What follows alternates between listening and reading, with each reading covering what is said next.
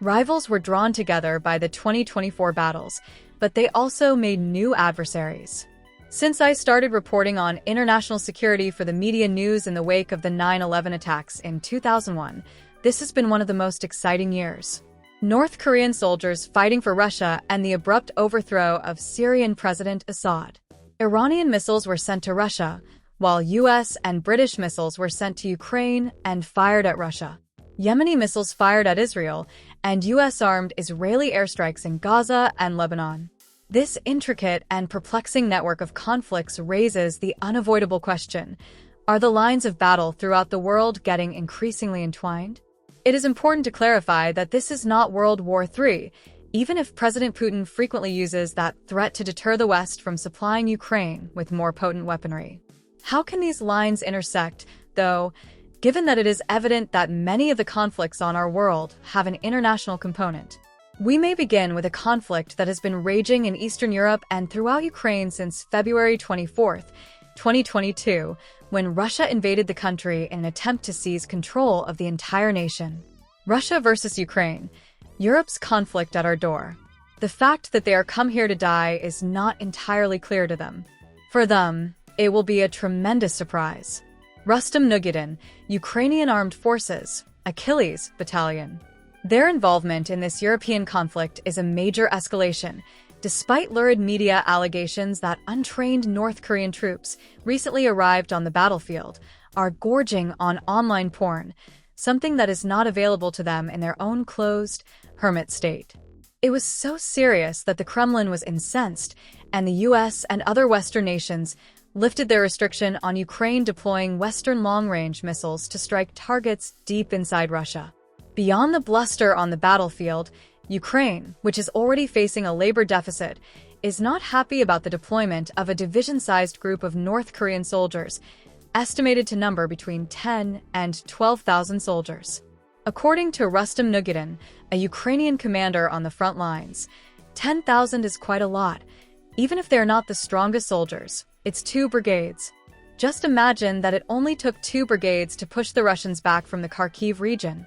Yes, our Western allies help us with some weapons and training, and we are very grateful for that, but the scale of it is incomparable next to the military assistance Russia gets from Iran and North Korea, he continues, echoing a grievance that many Ukrainians feel. If you truly want to see us and Europe win, it must be the opposite way around. But even before the North Koreans arrived, the conflict in Ukraine had already become a global issue. Ukraine was attacked from Belarus, a supposedly independent European country that is now nearly entirely aligned with Moscow. Iran has been providing Russia with Shahed explosive-tipped drones since the early months after its 2022 invasion, and more recently, the Islamic Republic has been charged with transporting potent ballistic missiles across the Caspian Sea to Russia. Furthermore, the West hasn't exactly been a spectator in this war. Up until now, Ukraine has been able to largely repel the Russian army thanks to a major one-way pipeline of financial and military support from the US, NATO, and EU. What we are seeing is a fundamental imbalance of approaches, says Vitaly Shevchenko, a BBC expert on Ukraine. While the West's policy of caution and containment has imposed limitations on what Ukraine can do, Moscow appears unconcerned about the conflict expanding and possibly even keen for it to do so. The Middle East. An inverted chessboard. To be honest, the war in Ukraine seems simple compared to the complexity of this region, because there are a number of ongoing disputes in this area, all of which are either active or inactive. First, though, a crucial disclaimer. The majority of the Middle East is not at war, despite what the media around the world frequently portrays. In countries like Saudi Arabia, Egypt, and Dubai, daily life continues on as usual, unaffected by the possibility of conflict.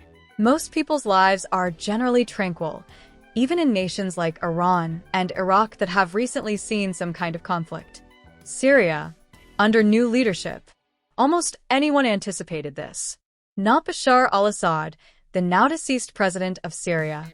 Not his supporters in South Beirut, Moscow, or Tehran. Apparently, neither does the multi-billion-dollar U.S. intelligence community. The UN, US, EU, and UK have all designated Hayat Tahrir al-Sham, HTS, as a terrorist organization. In less than 2 weeks, This coalition of Islamist rebels broke out of their stronghold in northwest Syria and took control of city after city until they became the new rulers of Syria. There are multiple international components to this event, making it much more than a localized, one-country affair. Iran's regional allies have suffered greatly as a result of the Israeli government's response to the Hamas-led invasion into southern Israel, among other consequences. When Syria's rebels threatened to overthrow Assad in 2015, Russia, Iran, and Hezbollah all stepped in to help him drive the rebels out. Not now. Iran is hurt after witnessing how easily Israeli airplanes were able to enter its airspace in the fall. Hezbollah has been destroyed by its brief conflict with Israel, and Russia is occupied with the conflict in Ukraine. As a result, Turkey, which supports the rebels, saw a chance to use the situation to its own benefit, while Assad's friends were either unable or unwilling to assist him. Gaza, a never-ending war? Gaza is experiencing a truly awful scenario. More than 1,100 people were killed, and about 250 were taken into Gaza as hostages during the October 7, 2023, raid into southern Israel by Hamas, a militant group that many governments have banned as a terrorist organization. This was the latest conflict there, though there have been many smaller ones before it. Since then, about 44,000 Palestinians have been slain in Israel's conflict against Hamas. The majority of these casualties are civilians, and while the Health Ministry, which is controlled by Hamas, provided the statistic, independent relief organizations generally agree with it. Israel claims to have significantly reduced Hamas's military prowess. Now, 15 months into the conflict, a large portion of Gaza is in ruins. Out of 2.4 million individuals, over 1 million have been moved, frequently several times. Many of them are living in tents in appalling conditions, where they are harmed by the cold in the winter and plagued by scabies, snakes, and scorpions in the summer. Qatar, Egypt, the United States, and others have tried in vain to mediate a ceasefire between Israel and Hamas. Although Hamas's military numbers have been drastically reduced, Israel has pledged to destroy the organization, and the deadly Israeli attacks on populated areas are still occurring. After more than 18 years of Hamas administration, there doesn't seem to be a consensus on who will lead the Gaza Strip or what will happen after the conflict ceases. In many respects, Gaza serves as the breeding ground for other regional crises, resulting in gunfights between Israel and, in turn, Lebanon, Yemen, Iran, and Syria. Through its Quds Force, a division of the Iran Revolutionary Guards Corps, IRGC, Iran provides financial, military, and training support to several ally or proxy groups around the Middle East. Iran refers to them all as the Axis of Resistance, and they are all openly hostile to Israel. Neither the National Army nor the UN peacekeepers based in the south have been Lebanon's most powerful armed forces for many years. It's Hezbollah, a militant group that Iran has equipped with cutting-edge rockets and missiles. According to Hezbollah, it started launching rockets and drones into northern Israel on October 8, 2023, in solidarity with its comrades in weapons in Gaza. Israel modified its war objectives in September 2024 to include driving Hezbollah out of the border to allow over 60,000 Israelis to return to their homes in the north. Through a combination of clandestine sabotage by its military, the Israel Defense Forces, IDF, and its external intelligence agency, Mossad, Israel has given Hezbollah a series of severe blows, including the assassination of its longtime leader, the destruction of tons of its weapons, and the blowing up of its communications. The brief conflict between Israel and Lebanon, which ended in a truce in late November, has claimed thousands of lives. Israel has attacked Iran, Yemen, Syria, and Iraq with missiles, and is at war with Hamas in Gaza and Hezbollah in Lebanon. Despite the deaths of numerous Palestinians in Gaza and nearly universal international condemnation, the United States has persisted in providing Israel with enormous amounts of military assistance, including offensive weaponry like parts for the F-35 aircraft and defensive weapons like the THAAD missile defense. Because of this, the US and the West in general are unpopular in the Arab world.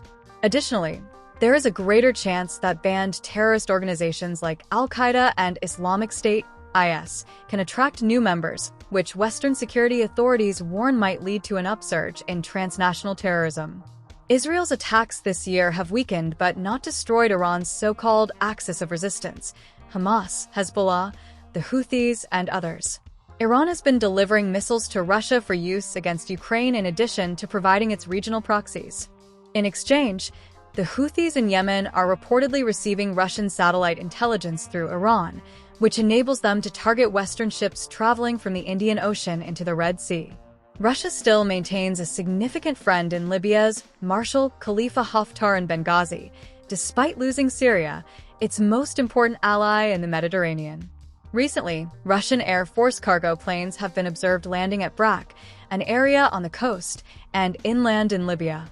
Libya is obviously seen by Moscow as a staging ground for its mercenary operations in Sudan and the Sahel farther south, as well as a launching pad for extending its global reach in the Mediterranean. In the Sahel countries and former French possessions of Mali, Burkina Faso, Niger, and the Central African Republic, the Russian mercenary outfit known as Wagner, now renamed Afrika Korps, has effectively replaced French and other Western soldiers. This indicates that Russia has essentially taken over the IS terrorist issue in those nations, but in the meanwhile, it is benefiting from profitable agreements that see money from mineral and other resources returned to Moscow. By permitting a significant attack on Malian government soldiers and their Russian mentors in July, Ukraine lately seems to veer off course in this regard. According to reports, Tuareg rebels received training and drones from Ukrainian special forces, which led to an ambush that killed 47 Malian soldiers and 84 Russian mercenaries. Although Kyiv is obviously attempting to take the fight to the enemy, this strategy is often regarded as having failed if they were in charge of providing the drones. Ukraine has denied any involvement. North Korea, a collaboration that breaks sanctions. South Korea is concerned. As they say, there is no such thing as a free lunch, and Seoul is now questioning what Pyongyang will receive from Moscow in exchange for sending hundreds of North Korean soldiers to support Russia's war effort in Ukraine. Will it be technology for missiles? Nuclear expertise? Satellite or submarine support? South Korea has so far taken care to avoid supplying any military equipment to Ukraine directly. Instead, it sends it to the US for replacement before sending it to Ukraine. However, South Korea is reportedly thinking of relaxing this embargo and delivering weaponry straight to Kyiv because of its sophisticated military-industrial base. All of this exacerbates the already raging tensions on the Korean peninsula, where the North, a paranoid nuclear-armed state, is pitted against the South, a democratic neighbor that supports the West. The conflict between the two nations concluded with an armistice in 1953, but it was never formally terminated. China and Taiwan. When rather than if. This is a significant potential flashpoint, but is not actually a conflict. China covertly colonized vital reefs in international waters in the South China Sea and claimed them as its own, while the West was busy battling insurgencies in Iraq and Afghanistan over the first 20 years of this century. Despite being just beyond the Philippines' maritime boundary and far from China's coastline, its Coast Guard has since engaged in several clashes with Philippine vessels, accusing them of encroaching on Chinese territory. But Taiwan is a major concern. Although this self-governing democracy has never been under Beijing's control since the communists took power and the People's Republic of China was established in 1949, Beijing has made repeated promises to return it to the mainland. According to public statements made by President Xi Jinping, this will be accomplished by force if necessary prior to the Chinese Communist Party's CCP centennial in 2049. Taiwan is opposed to Beijing's Chinese Communist Party ruling it. It voted for William Lai, a pro-democracy, anti-Beijing president whom Beijing's Politburo vehemently opposes. In response to a recent strong speech of his, they launched a series of menacing military drills and airstrikes throughout the island, accusing him of pursuing Taiwan's independence, a red line for China. The key question is whether the US will defend Taiwan by sending its own troops if China invades or, more likely, blocks it. Will President Trump see this as a threat to America's strategic interests in the Pacific if he is elected to a second term? Or will he leave Taiwan to its own devices? This battle has the potential to be far more devastating than Russia's full-scale invasion of Ukraine, with worldwide economic repercussions. The big picture for 2024. This year saw a significant change in the Middle East's power dynamics, favoring Israel and disadvantageously affecting Iran. It is obvious that Israel's administration has made the decision to use every possible means to neutralize its adversaries, whether they are in Syria, Yemen, Gaza, or Lebanon. Both Israel and Iran have now broken the red lines they had previously abided by, exchanging missiles in direct attacks for the first time. It is now clear that the war in Ukraine is most likely unwinnable, at least for Ukraine. Russia has increased its defense industrial machine to the point where it can now partially overpower Ukraine's front lines and air defenses, yet not enough to overrun the entire nation. However, Ukraine appears to be in a weaker position now than it was in the early months of the full-scale invasion. With North Korean forces traveling to Europe to fight alongside Russia and the West approving Ukraine's long-range missiles to strike Russia, the conflict has grown more internationalized. With Sweden's accession to NATO, 8 nations now share a border with the Baltic Sea, where Russia has 2 vital outposts, St. Petersburg and Kaliningrad. In the Baltic, Russia is suspected of deliberately destroying underwater communications cables in a number of so-called hybrid warfare events. What comes next? The new Trump administration will probably make a determined effort to pressure Ukraine into signing a peace agreement. This might falter at the first obstacle. Even the weary people of Ukraine will find this unpalatable, since President Putin has already made his demands known, and they amount to a virtual capitulation for Kyiv. However, Europe will be unable to make up the difference if Trump shuts off the flow of U.S. weapons, making Ukraine even more vulnerable to Russian air and ground assaults. Despite its lack of faith in Putin, Ukraine may find that a complicated ceasefire agreement is the least unpleasant choice. The Middle East continues to change.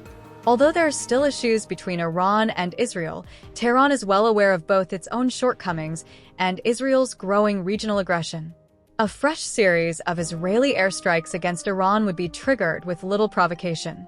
There is already a lot of conjecture that Donald Trump, who approved the 2020 assassination of the Quds force commander of the Iranian Revolutionary Guards, may collaborate with Israel to launch an attack on Iran's nuclear program. Syria might go either way. It might become a prosperous, pluralistic country and defy the pattern of earlier revolutions in the area. Or it might turn into internal conflict between factions. It will be difficult for the West to stop Turkey from attacking the Syrian Kurds, who are the West's main ally against IS.